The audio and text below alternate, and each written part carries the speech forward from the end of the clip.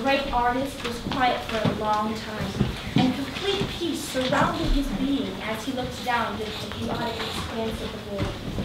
After an eternity, he spoke, and his voice was deeply rich, sweet and powerful, and full of love. "The time has come," the great artist said to his son. "Let us begin." From the dawn of time it has been, as it is now, and as it ever shall be.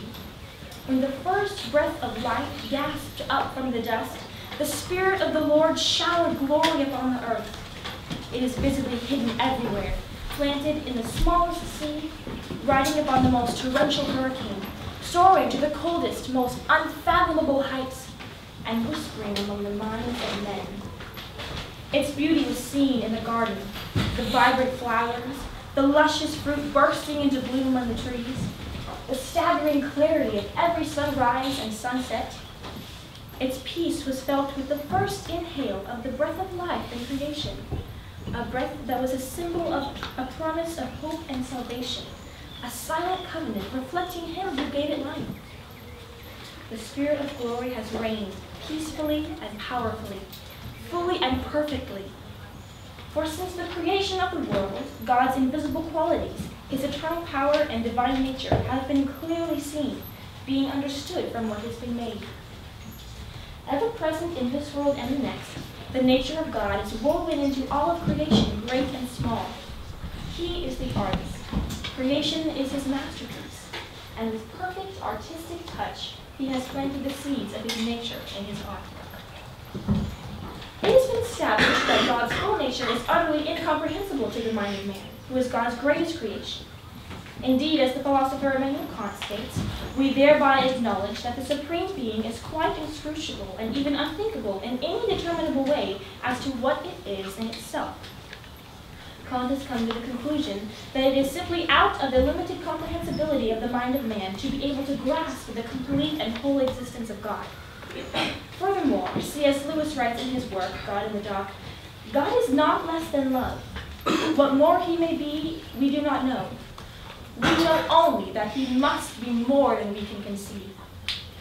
Yet, as Aristotle writes in his Metaphysics, all men by nature desire to know.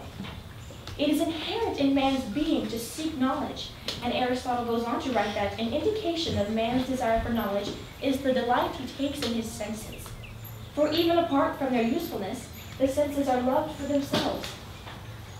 Aristotle is extolling the virtues of sensation, asserting that, to some extent, it is through a man's senses, through his God-given abilities to hear, to taste, to smell, to touch, to see, that he derives his desire to know. Now, while man does desire to know, he is still incapable of fathoming the full nature and complete glory of God. Because of the imperfection of man, his sin, he is therefore separated from the Creator, and so is unable to see the full glory and understand the complete nature of God. How, then, can man in his yearning to know understand his Creator, the one whom humans can never fully know? It is through the creation of the Creator, the masterpiece of the artist, that man can see glimpses of his beautiful and glorious nature. The real nature of any artist can be discovered when one observes his paintings. In the same way, the nature of God is more deeply uncovered when men reflect upon his masterpiece of the universe. In creation, God has intricately placed small reflections and echoes of his nature. So it is in the observation, study, and praise of the beauty of creation that men can see faint ideas of the nature of God. Those who see glimpses of the glory of his nature in creation are enlightened by the hope and joy of the beauty they see. Their eyes are opened by the immensity of his existence, and often, in a heartfelt reaction to what they find in the created nature, they give names to God according to the beauty, grace, and hope that they recognize. There are many names by which men refer to God: Father, Lord God of hosts, the Alpha and the Omega, the first and the last, the beginning and the end, the Ancient of Days, Jehovah, I am that I am. In each of these names lies a description that man gives to God.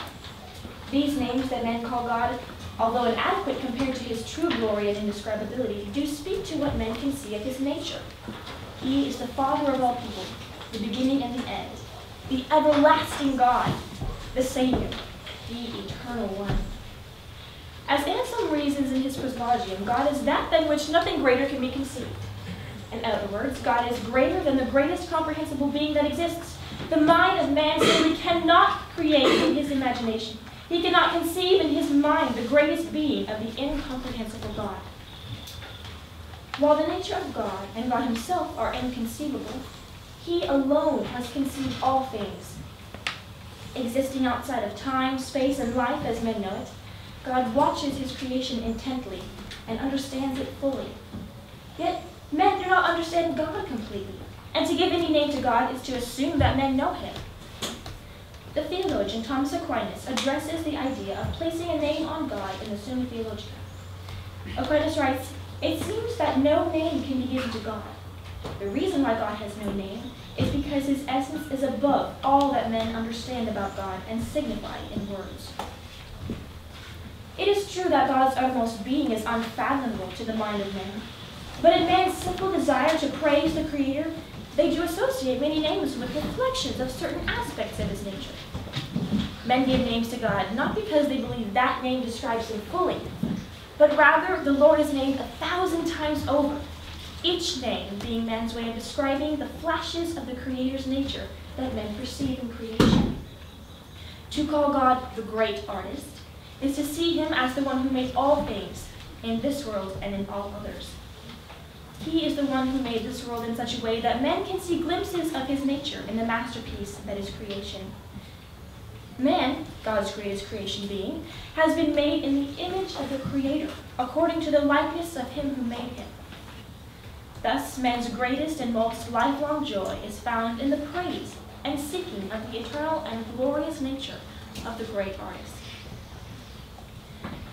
The great artist looked with love upon his son, and he saw the future. Closing his eyes, he gifted grace upon all that he yet surrounded. As he did so, an angelic symphony began to echo in the dark distance. It is evident that God's creation holds the beauty of his nature, as the universe is a place of consistency and order. The beautiful organization found in the universe shows God's nature to be constant and unchanging. As James writes, every good and perfect thing comes down from above, from the Father of heavenly lights, who does not change like shifting shadows. Through the steady thrones of the voices in the universe, God's enduring faithfulness is proclaimed. Just as men desire knowledge, so also do they seek and adore beauty. As Aristotle established in metaphysics, men seek and desire knowledge through their senses, especially through the sense of sight. Aristotle states, "For not only with the view to action, but even when we are not going to do anything, we prefer seeing, one might say, to everything else." The reason for this is that sight, most of all senses, makes us know and brings light to many differences between things. Aristotle asserts here that, above all other senses, men love and use the sense of sight. For to be able to see is to be able to understand and contemplate the surrounding world, and ultimately the Creator's nature woven into the universe. It is better to view a vast and glorious terrain than to feel it. More enjoyable is the sight of a magnificent waterfall flowing and rushing into the rapids than the taste of it. The beauty and richness of a rose is more simply and fully appreciated when seen than when its scent is inhaled for a brief instant and then forgotten. To see is to seek and to find knowledge and beauty with a more complete experience than to search with any other sense. The great artist opened his eyes and inhaled deeply. In his mind, he could see much, the past, the present, and the future. But with his open eyes, he saw nothing. Voices and singing he heard, sweet and strong fragrances he smelled, and rich air he tasted. But all these things were of the omnipresent, for beyond that there was nothing, a vast and nothingless void that his eyes see. Now that it has been established and understood why men desire knowledge and how they seek beauty, let this question be asked. What is man's way in the world of actively discovering God's nature in creation? In what ways do men attempt to understand the nature of the great artist? How do they achieve their highest goal and joy, which is to glorify God and enjoy Him forever? One attempt that mankind makes to reach for the holy beauty of the nature of God is through the arts. In the past, artists have attempted to capture aspects of the beauty they perceive in the world around them, manifesting in paintings, plays, music, sculptures, and stories what they see to be true beauty. This beauty that every artist portrays, this natural attempt to recreate what has so captured his fancy, is in reality his endeavor to make something that reflects the honest beauty he has found in creation, that shows the nature of God. Authors and playwrights make their characters to have heroic and virtuous qualities of bravery, honesty, strength, loyalty, and honor. These qualities cause those characters to be beloved by reader and viewer alike, because those are the virtues that reflect the nature of the Creator, who in himself is brave, honest, strong, loyal, and honorable. Painters and sculptors craft the beauty of color, shape, and form, and order into their masterpieces, thusly reflecting the unity and order that has been placed in creation by the most orderly and unified being of all. Musicians weave emotional strains and meaningful lyrics into their songs, openly proclaiming praise to the Creator who has given men the gift of music and song. Whether an artist realizes it or not, when he makes his own art and sees it as beautiful, he has inherently made an image of the reflection of beauty he sees in creation. What is it about the arts that attracts people so? Why are men so drawn to it? Man uses art as a means of inspiration, a way to capture his reality, an elusive yet engaging diversion, even simply a hobby or a pastime. But the single most universal reason that man is so drawn to art is because his nature sees and connects with God's nature in art. Man's nature itself is a creation of God.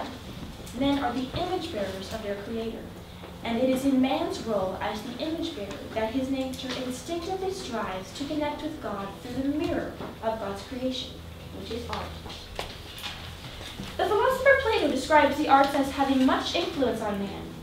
He felt the arts were a powerful tool for shaping a man's character, worldview, and nature. In his eyes, the earth was a constantly changing, imperfect, and physical copy of the perfect, original, and eternal heavens above. In Plato's Republic, Socrates reasons out why the earth is a lesser copy of the ethereal spiritual world, and why the artists in this world are all following the form of the greatest artist of all. Socrates says that whenever a carpenter begins to craft out a bed or a table, of which in this world there are an endless amount, he has already in his mind an image, idea, or form of how the bed is supposed to be built, what it is supposed to look like. Socrates continues his analogy of an eternal craftsman by illustrating the idea of an artist who could make everything in every universe and world, from artificial objects to plants and animals, from earth and sky to heavenly bodies and the underworld, even humans themselves. A great craftsman such as this that could make all things in heaven, on earth, and in hell would possess astonishing skill. Here Socrates is verily alluding to a god, the Creator, the greatest artist. Socrates then goes on to say, do you know that there is a sense in which you can create all these wonders I just mentioned yourself? It's not difficult and can be done in various ways quite quickly. The quickest way is to take a mirror and turn it around in all directions. Before long, you will create sun and stars and earth, yourself and all other animals and plants, and furniture. What Socrates is describing here is a reflection in a mirror of a real, original image. It is simply a copy, an imitation of the real thing. An artist performs this same phenomenon of imitation when he paints, crafts, or otherwise creates a picture of a real image. Perhaps it is true that the paintings which the painter creates are not completely real or actual. And yet there is a sense in which the painter creates what he has put on the canvas. He produces an appearance of one. In the same way, the bed that a carpenter builds is not the original form of a bed, but rather simply a reproduction or a copy of what he knows a bed to be. Therefore, as Socrates concludes, what the carpenter makes is not the original first bed, but simply a copied image of what the idea of a bed itself is. There can only be one original and ultimate being of everything created, So to paint or sculpt or build something and call it real is not completely true. Instead, the creation, the artwork, is a reflection, perhaps with some of the craftsman's own interpretation, of the ultimate real creation. Thusly, man's own art is a reflection of what he sees to be God's nature in creation. An example of man's art reflecting the nature of the great artist can be found in characters from the epics of Homer, the Iliad and the Odyssey. In these ancient stories appear many men whom the readers would view as heroes. Why are these men so well praised, not only by the readers, but by the other characters in the books themselves? Why are men like Hector and Odysseus looked up to and revered so honorably in these stories? It is because of their nature, their virtues, their actions, their character, that they are so beloved. Hector sacrificed his life in an attempt to save his family and to remain the honorable, brave soldier he desired to be, even if that meant certain death. Homer described Hector on the walls of Troy, awaiting the coming of the enraged Achilles as, filled with resolve, his warrior blood incensed. He'd fight to the death, no fear in his heart. And so the noble son of Antenor, brave Agenor, would never run until he detested Achilles. In the end, Hector was brutally killed by Achilles, but his bravery and resolve made him a hero beyond his dying breath. The quick wit and wisdom of the king Odysseus has made him a remembered and revered hero. After he and his men were trapped inside the cave of the Cyclops Polyphemus, he devised a plan to aid them all in a daring escape from the lair. After a cunning conversation with the monster, the clever king caused the Cyclops to become drunk. Odysseus and his men then drove out the monster's eye with a large wooden stake, making him blind. That night, all the men each crawled under the belly of Polyphemus' sheep and waited until morning. When dawn spread out her fingertips of rose, the rams began to stir, moving for pasture. Blinded and sick with pain from his head wound, the Cyclops stroked each ram, then let it pass. But Odysseus' men riding on the pectoral fleece, the giant lion's hand, never found. The men then escaped the monster's house by his own sheep and by the cunning of their clever king. The characters in these stories had their faults, and that is because they were men, humans who could never be completely perfect. Yet these are they that men call heroes, the stuff of legend, because of their loyalty to their country, their wisdom, their wit and bravery in the face of adversity, their kindness, and their sacrifice. Homer in his stories presented what he saw to be virtue and goodness in the nature of his heroes. Moreover, the Creator has done the same thing in his story of the Bible and in the lives of his chosen people.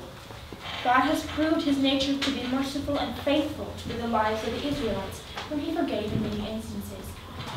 No matter how many times they sinned and fell away, it was through the stories of the lives of men God loved.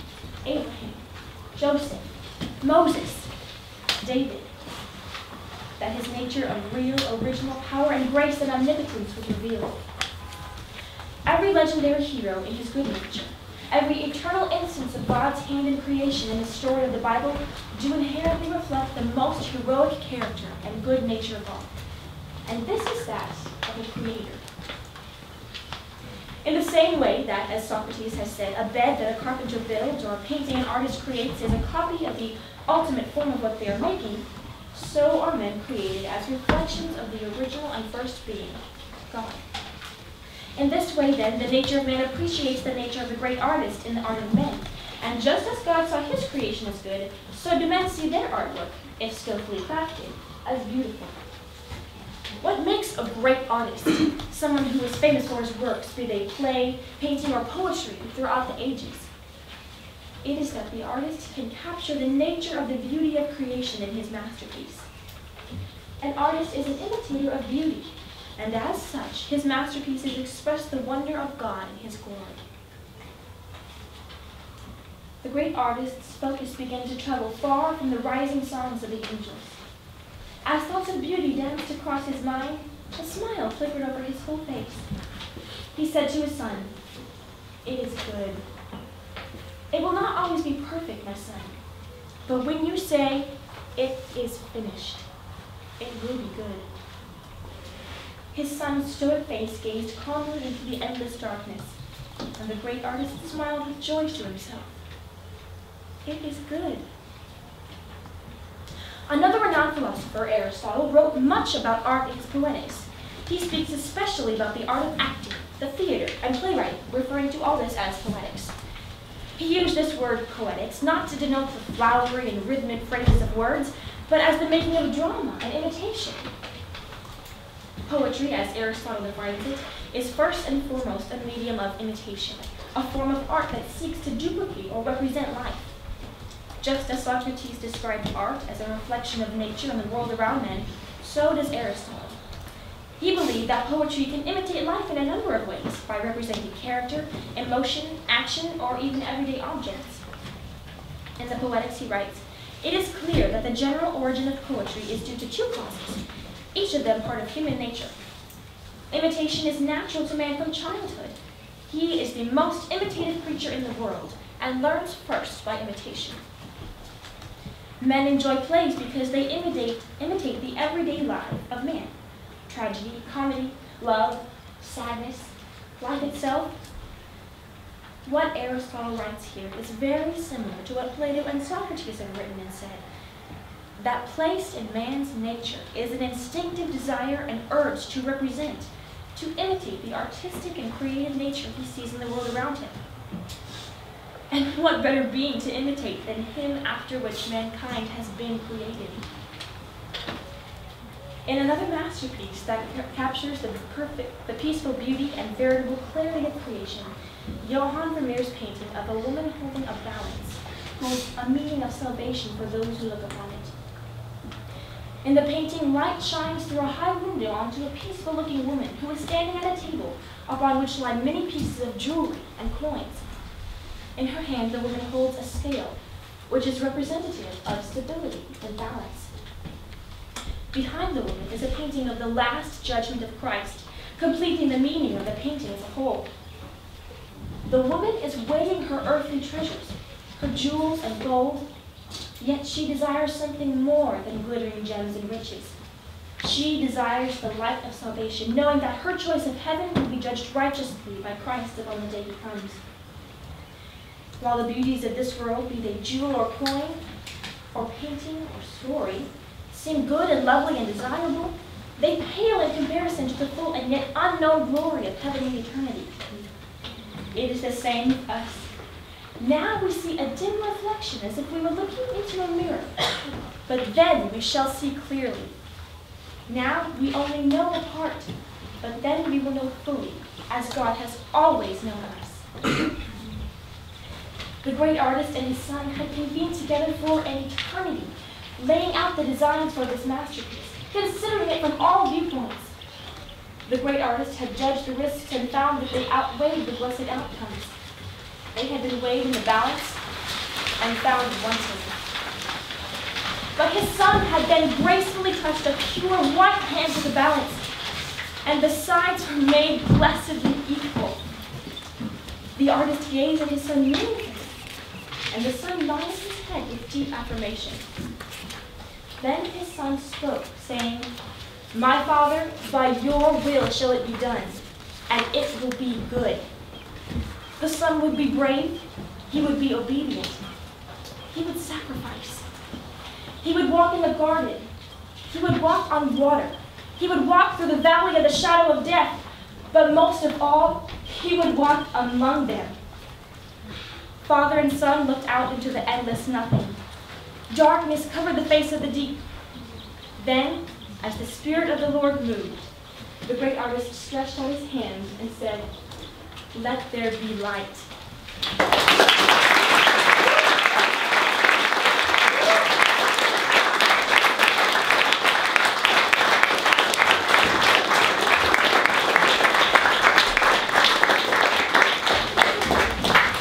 Thank you very much, Ms. Cardwell. I would like to have you explain your use of the term inspiration on the paragraph at the beginning.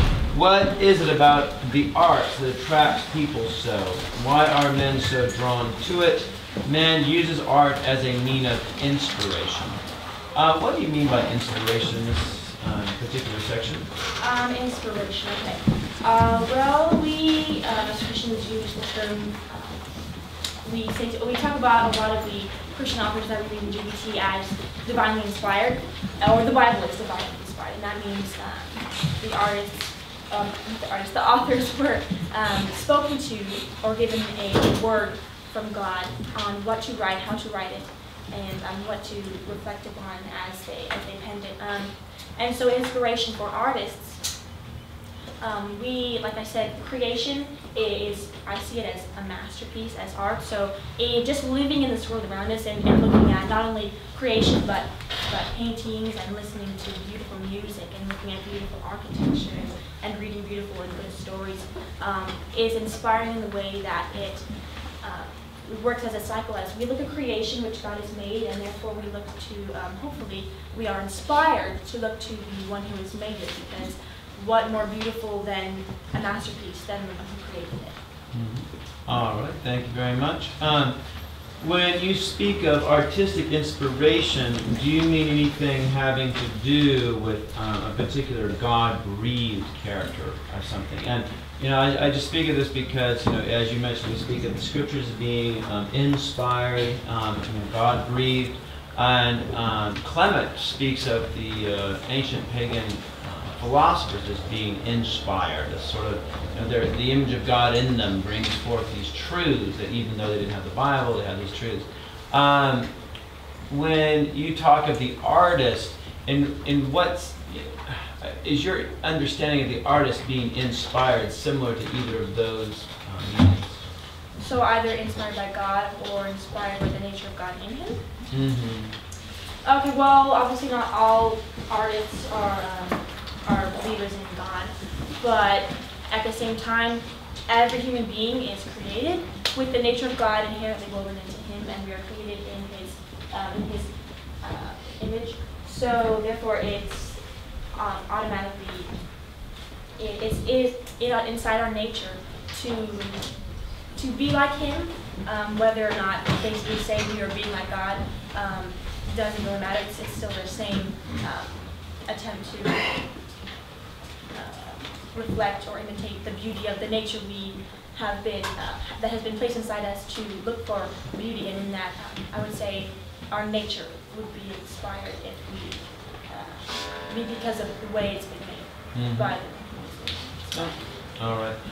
You spoke of the artist as looking at God's creative activity and following after God's creative activity, seeing God being a creator and the artist being a creator. Could you say more about that connection? So the idea of God being an artist and artists being creators themselves? Yeah, I guess, a better way of putting it probably would be this: what similarities do you see between human artists who create and God as the greatest artist who is a creator God? Okay, so like I said, man's nature itself is a creation of God. So as that,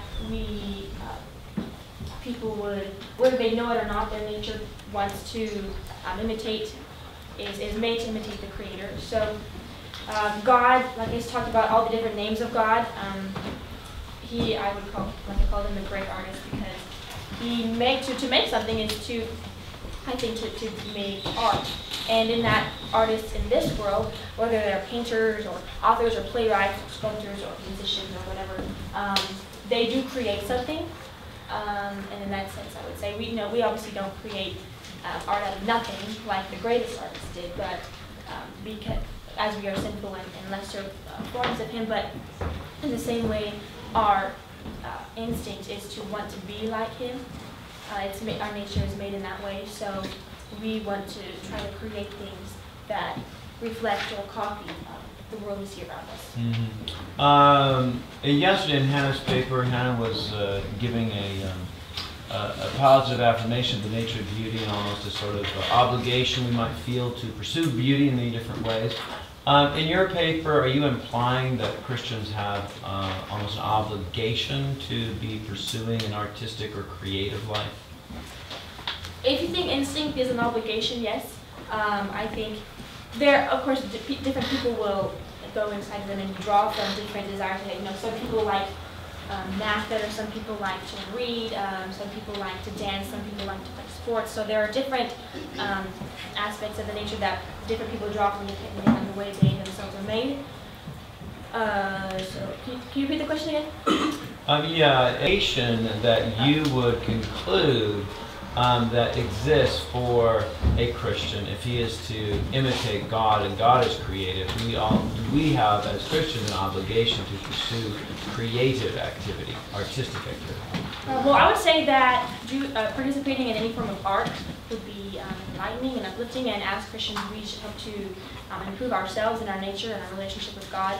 And I think one way to do that is to create or copy the beauty that He has made, which I think it just makes more connections between us and other people and ultimately. I mean, one interesting comment I heard a speaker make one time was that our culture tends to be not a creative culture, but a consumerist culture. I don't make a sweater, I buy a sweater. Do you think that we have an obligation to prefer making over buying? Well, like I said, different people are made differently. So some people know how to make a sweater, some people don't know how to. So they just know how to spend money. So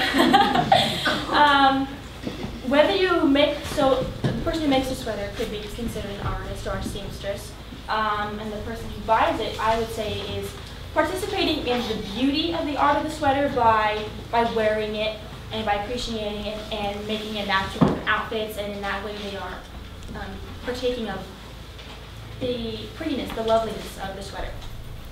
Okay, but in general, throughout the whole scope of life's activities, should we be more interested in dancing than going and watching a ballet? Should we be more interested in playing football than watching it? Should we be more interested in buying cookware than going out to a restaurant? Should we be more interested in learning how to sew than going shopping? Well, everyone is made to be a dancer. Different people are made to be a dancer and a football player, and I don't really know many people who do absolutely everything in this entire world, and there would not be much need for other people if we could all do it all ourselves. So, depending on the person you are, like a football player, someone who's good at football might not be able to dance, but could still go and enjoy a dance. So that's where I think that's where relationships come in, where we not utilitarian, but we can feed off the other strong points and talents of other people in the art that they can do. Because football could be considered an art, and dancing an art, and sewing and shopping an art, but not everybody does everything. So in that way, someone could be a ballerina, but only be able to watch Super Bowl and not play it. Thank you very much, Ms. Cardwell. Other questions? Mackenzie? Beautiful paper. I really loved it. There was one point in your paper where you just mentioned it was just very lovely, and just talking about how it's better to view things and it's enjoyable to sight of the sight of like magnificent waterfall, things like that. And I'm just wondering, like, when we go to places, Yosemite or places like that, or when we hear a great piece of music or an amazing place like that, is it only in those great pieces of music, great things that we can see God's nature, or is it in the little things as well? Oh, good question. So I talked later about my paper about what makes a person a good artist, and that is someone who can see in anything. And different artists can see different aspects of different things and find beauty in that. Like Jordan was talking about yesterday, someone may look at a broken clay pot and a wooden table and not see beauty in it. But then another person can take the clay pot and put it on the table and then make a painting of it, and that's pretty. So different people can view things differently, have different views. Definitely I would say places like Yosemite or any national park or beautiful place is generally very easy to be inspired by, or beautiful piece of music a lot of people will be affected by. But like you said, the small things, that's where the nature of an artist would come in, where someone who enjoys and has the talent to find the beauty in maybe the broken clay pot of the table. Oh, Hannah. Very lovely paper. I was going to the same section Kenzie was talking about. And you say to see is to seek and find knowledge and beauty with more complete experience than to search any other sense. Well, that was a pretty bold statement, about how to see is better than even to experience in a different way. And I was wondering, you mentioned a waterfall and how it's better to see a waterfall and taste it, or to look at a rose and to smell it. And to me, I was thinking kind of maybe the opposite, and that the intended consummation maybe of a rose is the smell of it or the taste of the waterfall, instead of just seeing it. And you think of a man and a woman, you can enjoy beauty, but there's an intended consummation that involves another experience that maybe is more full. So I'm wondering, is there something about the fact that maybe sight isn't the most complete sense that we experience, or well, I don't know what you say to that. That's a good question. Sight, I mean, if you think about it, would you rather lose your sense of smell or your sense of sight, or lose the ability to taste than to see? I was talking about this with menstruation and people conference. We would kind of freak out if we went blind more than if we couldn't smell a rose. But what you're saying is true. Yes, it's a more full experience to have all the senses, and that's why each sense was created. That statement was kind of based off what Aristotle said, that people enjoyed seeing things more. But if I were to see a waterfall, or if I had the option of seeing a painting of a waterfall and going to it, I would want to go to it, right? Something else to say. Do you want to rephrase it again so I can? Yeah, just the fact that is there something about sight isn't really a full consummation of something. It's the first glimpse, I guess, of something, or to experience it, to touch it, to taste it, to smell it, to feel something. That is the full experience, I guess. Okay. Well, that's why we were created with all the five senses. I would say sight is the beginning of the full experience of something. And I mean, we can think about, I mean, you were talking about a more full experience between a man and a woman than just sight. But then you think about Dante and Beatrice. All they did was hang out with each other. You know, he kind of was pretty much just looking at her all the time, and they never really did anything else. I mean, they talked to each other and had a relationship in that way. But sight, I guess it would be, like I said, it's not a full experience, but it's probably, I think, the best beginning. Because when I say sight, I mean not just I'm looking at you, but I'm studying it, I'm praising it, I'm observing it, and I'm thinking about it. Because to see something, you know that people say the eyes are the window to the soul, and you want to think, right? So to be able to look at something would mean not to just I'm looking at that. No, I identify what it is. I identify what fabric it's made out of, what's surrounding it. So you want to not just look at something, but the difference between looking and really looking at it and observing it. So I guess I'd say be a more full experience of sight than just nonchalant, just gazing anywhere. Thank you. I love this. I thought this was so beautiful. Just talk about the different art forms. I had a question. You said an artist is an imitator of beauty. His masterpieces express the wonder of God and His glory. And just thinking about music, like heavy metal, or paintings that are like dark and don't really have any redemptive value, like, is that still imitating a form of God's beauty, or in what category would that be placed? Right. I almost changed that part in my paper to a great artist is someone who imitates the beauty of God, and whose paintings reflect the beauty of God. Now, like I said earlier, different artists will have different perspectives. There are people who enjoy metal and rock music and dark art paintings, and people who enjoy Vermeer and Mozart. So it comes down to the artist implanted inside your nature. If you're a kind of artist or an observer who sees art in dark music that maybe someone else couldn't see, and maybe there are people who probably can't see the beauty of God in dark metal music. But it would depend on their soul and their nature and the way the nature of God has been put in them, because like I said earlier, different people have different traits that they are going to draw from more than others. I would say yes. I know. Wonderful job, Olivia.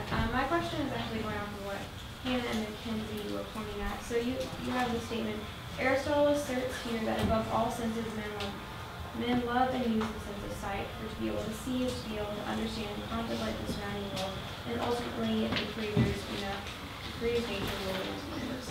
So does that mean for someone who can't see or is blind, they wouldn't be able to contemplate the surrounding world and see is the creator's nature and gifts?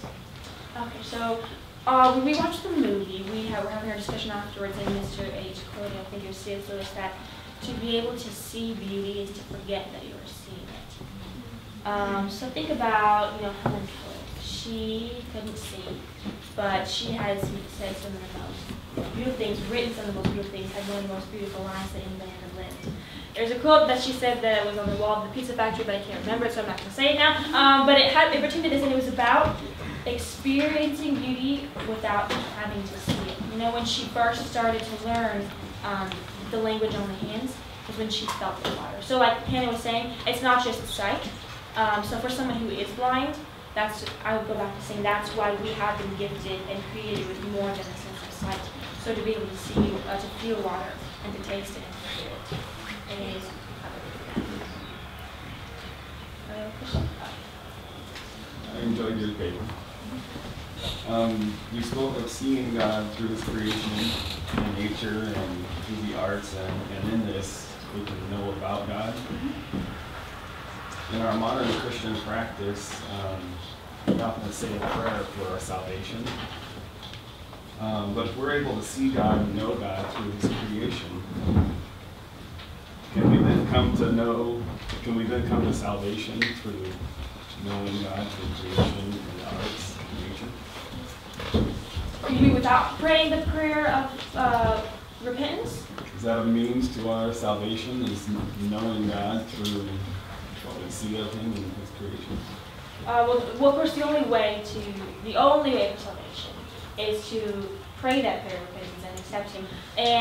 But as a means for leading you and inspiring you to salvation, I would say there are quite a few people who, upon hearing in the full experience of seeing a beautiful place or hearing a beautiful piece of music or seeing God speaking to them, whether they know it or not, through a painting or a play, that would definitely inspire me to want to learn more about Him and ultimately accept Him. There are so many people that you can think of that have had that kind of experience, that sort of testimony. So I would say yes, art is because God has put Himself and His nature partly, dimly into art and His creation. Experiencing it and partaking of it and enjoying it would be a way to as a means of salvation, but it's not a substitute for accepting completely. Chloe. I love the paper, and I just had a question about, I think kind of off of what Mr. Henricks was saying, how you have to participate in some kind of art, to honor God. And what about people who aren't artistic, or the people who enjoy, sitting and looking at God's nature, or looking at the artwork that other people have made? Can they still praise God sufficiently through His creation or through the reflections of His creation, while not being able to, even draw a stick figure? So is it possible for people who are, like you say, not necessarily artistic to praise Him through the creation? Yeah, can you still praise God through creation by admiring it versus by reflecting it through artistic? Okay, well, I would say my definition of an artist, first of all, is more than someone who can paint or compose or build or write. It is someone, I think, who can draw from the gifts that they have been given and use it to give glory to God. So someone, let's say, who plays sports would be considered an artist, or someone who, just think about it, we wouldn't necessarily consider them an artist, but because they have taken something that they have that is God-given to them and use it in a way that is glorifying, they themselves are an artist. Now, there are some people who don't really do anything. They like to sit around and not dance or play sports or listen to music or whatever. Not many people like that, but there could be someone. So in this situation,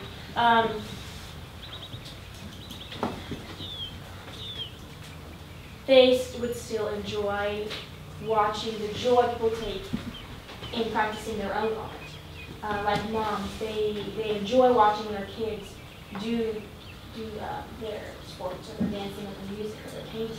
I would say parents would glorify God and be thankful in the art of a child or in the art of someone else. So why do we go to museums? Why are there museums at all? Why have we made national parks or national buildings? Because we don't say it's, of course we didn't build it. We didn't make it at all. It's been there probably longer than we've been alive. But there's something about it that, because it imitates the actual world, you don't have to be a painter. You don't have to be a Monet or a Vermeer to appreciate a Monet or a Vermeer. You don't have to be really cursed to appreciate these castles. You don't have to be the discoverer of Yosemite to go enjoy Yosemite. So I would say, as long as you actively look at, actively seek and look at with your eyes and study the work, you can still praise Him through the creation. And I think sometimes people who can't paint appreciate paintings more fully because they see it as so amazing because they can't do it. Or you look at, why are people famous? Because they can sing better than a lot of other people, or they can paint better or act better. So someone who does not necessarily have the ability to do it I think would appreciate it so very much because it's something they don't have, and so they can draw from the other person. To give you a long answer. David.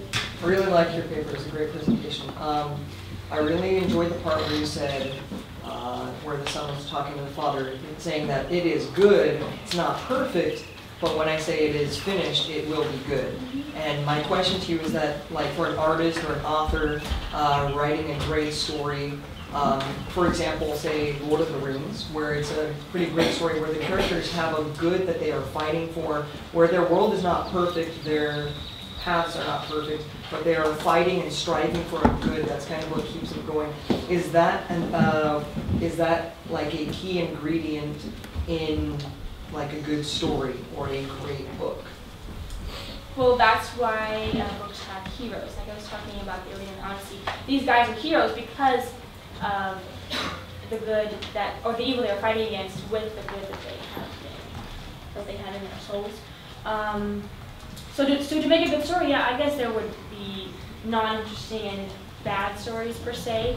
Like there are some books that are not great books compared to the ones that are. And that doesn't always depend on a character, but I would say like we call great books just like we have great artists, and I said in my paper, a great artist is someone who can capture in his writing, in his painting, in his storytelling, the innate nature that is inherent in him, that he instinctively pulls out his talent to really, really portray it in a beautiful way. And that's what makes him a great artist. So a great story would be written by like someone who was able to really write this amazing adventure story about Lord of the Rings that really portrays the character of goodness and steadfastness and loyalty.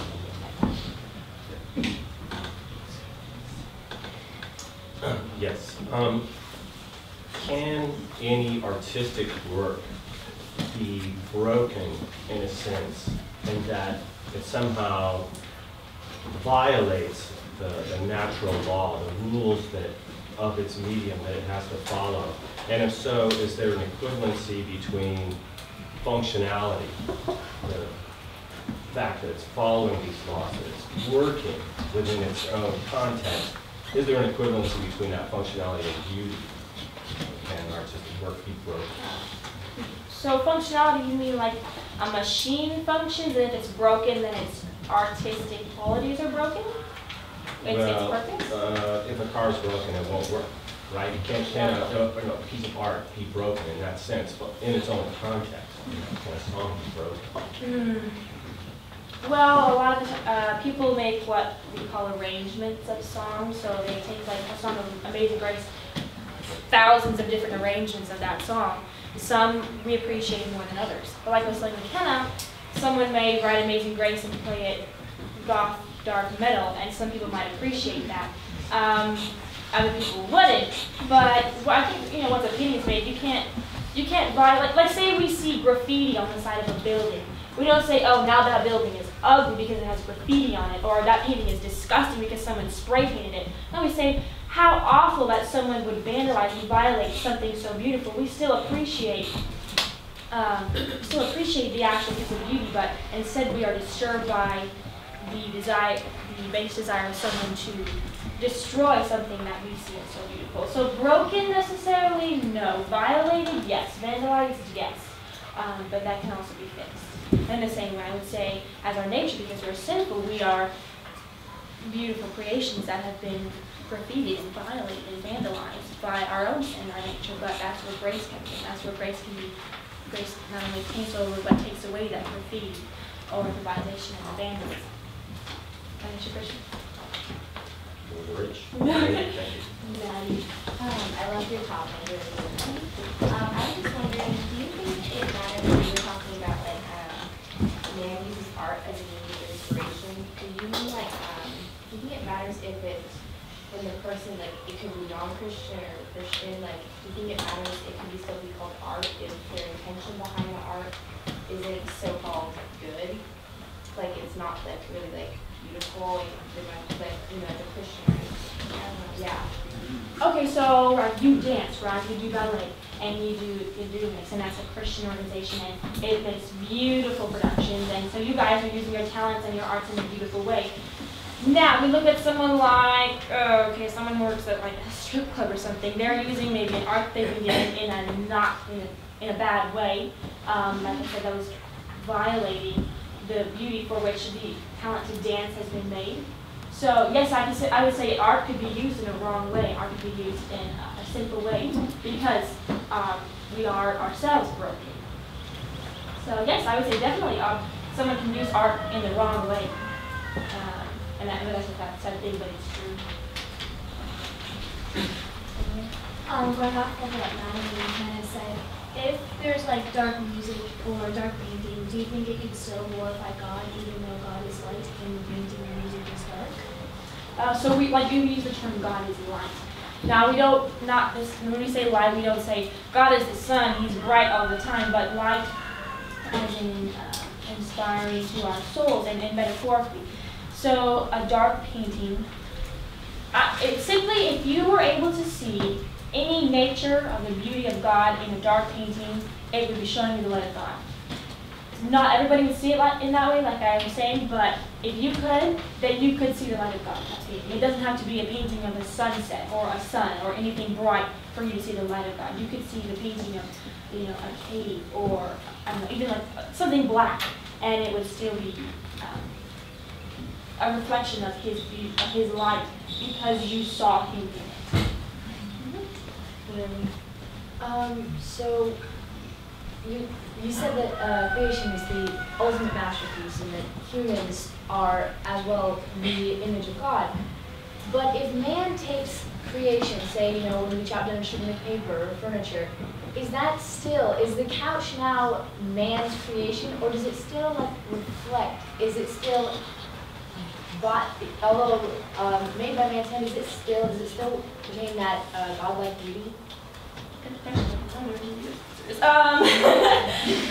So you're asking if we were to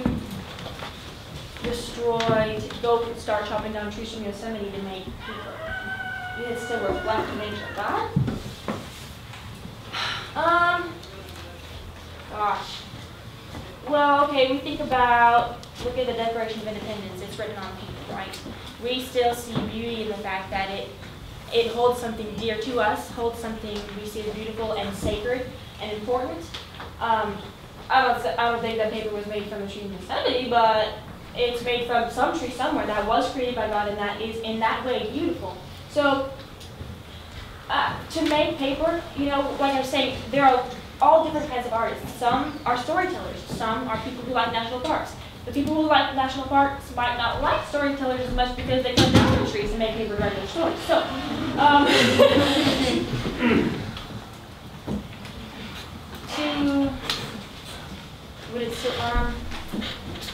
I would say that if you have to play that by ear, it would be a case-by-case basis. If you cut down a tree from Yosemite to burn it for firewood, no, I wouldn't say that that's about creation, but if you cut down a tree to make, like a hall or a castle or something beautiful, yes, you are taking it and making it.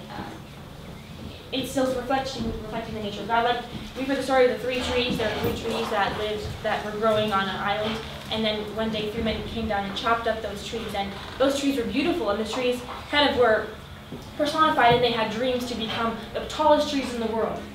But each of the trees were chopped down, and they were in so much pain, and they were crying when they were being chopped down because their dream was to be the tallest, most beautiful trees in the world. But then each of those trees was made. One was made into the manger that held Jesus.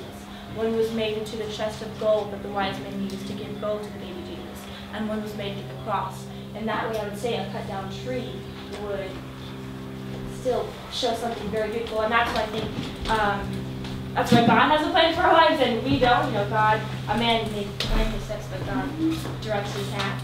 In that way, we may have dreams like the trees to be beautiful creations, but it's the greatest artist who decides how our masterpiece is going to turn out.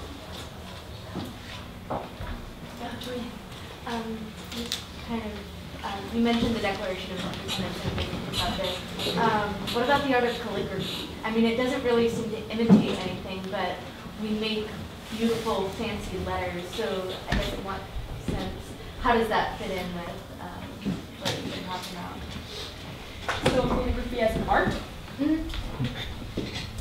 Okay, so before we had printers, we had monks, and monks wrote the Bible, and on every page, the first letter of every page or every chapter would be this crazy big painting of one single letter like T, and there would be like a dragon around it, and fireworks going off everywhere. It's got a big crazy frame, and it looks really pretty. I mean, you look at that looks like kind of like a painting, right? It's representative of something, and it's taking a letter that could have been written, T like that, but making it something beautiful. And in that way, the monks were taking the nature of the artist that they had been given to God in their nature themselves and utilizing it in a beautiful, highlighted, enlightening way. So yeah, calligraphy could be an art. Mm-hmm. I can do it, but I appreciate it. Thank you very much, Ms.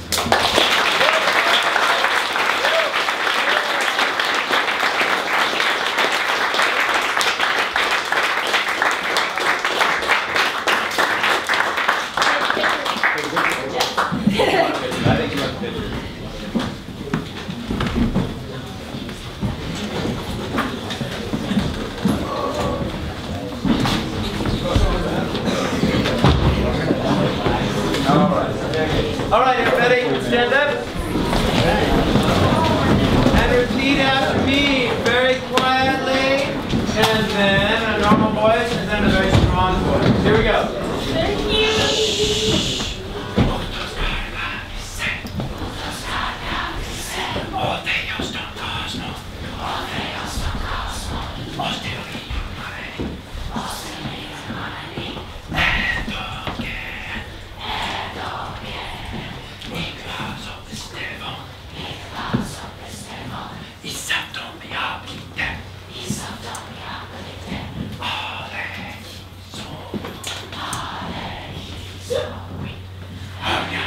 Ούτως καργάπησεν,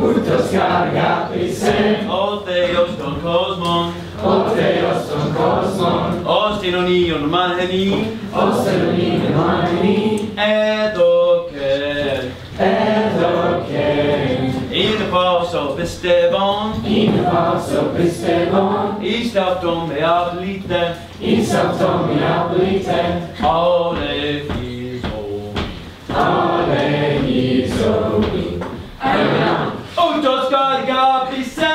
Ούτως καργάπησεν, ο Θεός των κόσμων, ως την ονείον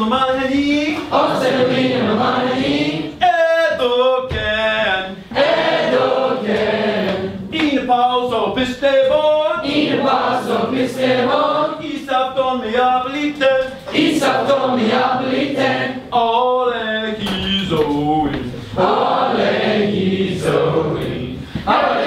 All right, now lunchtime. Here's how you're going to get lunch today. You are going to form a team.